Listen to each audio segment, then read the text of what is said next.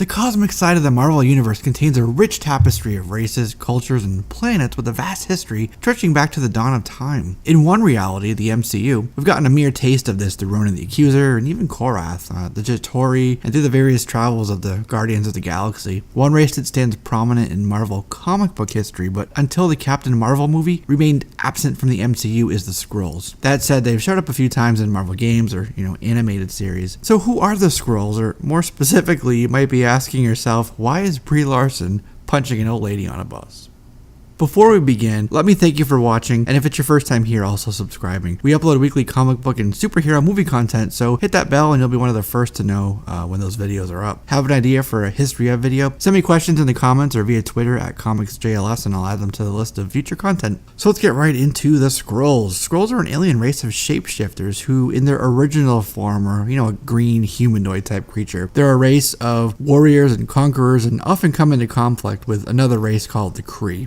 However, eons ago, like billions of years ago, the cosmic entities known as the Celestials paid a visit to the Skrull homeworld, the throne world they call it, of Skrullos, and started to do experiments on the Skrulls. They essentially split the Skrull race into three genetic sort of categories. There was Prime, there was Deviants, and the Eternals. And after a war between the tribes, it was the Deviants, who were the shapeshifters, who reigned supreme. They wiped out the other two, both Prime and Eternal. And this is when Cleban and Sleegert rose to power and became Skrull gods. They became a peaceful civilization that, because they could shapeshift, were able to assimilate into other civilizations very easily. And interestingly, there is a subspecies of Skrull that still exists. This subspecies has an innate gene similar to the X gene for mutants called the K gene that gives them mutant powers. In 1962, Jack Kirby and Stan Lee wrote the Skrulls into the pages of Fantastic Four number 2. This is when we also meet Super Skrull in those very early issues of Fantastic Four. Super Skrull is a Skrull engineered by his people to have all the power of the Fantastic Four. Super Skrull has repeatedly gone up against, Marvel superheroes over the years. He was disowned at one point by the Skrulls and teamed up with Thanos. He even went up against Captain Marvel another time, and even after Infinity,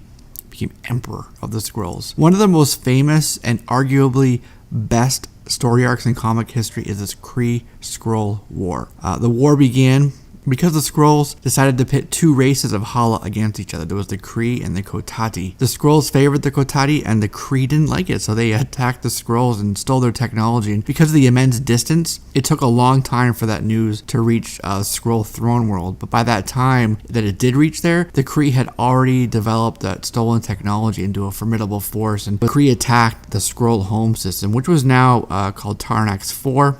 After Skrulls was destroyed. And over the centuries and after repeated attacks, the Skrulls evolved into a more militaristic society and they became vicious enough to attack back at the Kree. It was revealed later that the conflict produced a Kree-Skrull hybrid, and his name was Hulking. He's a child of Captain Marvel and the Skrull princess Annelle, and they kind of hooked up just this one time. And Hulkling, who was their progeny, is a member of Young Avengers alongside Wiccan. Another great story involving Skrulls was a 2008 Brian Michael Bendis-scribed event called Secret Invasion.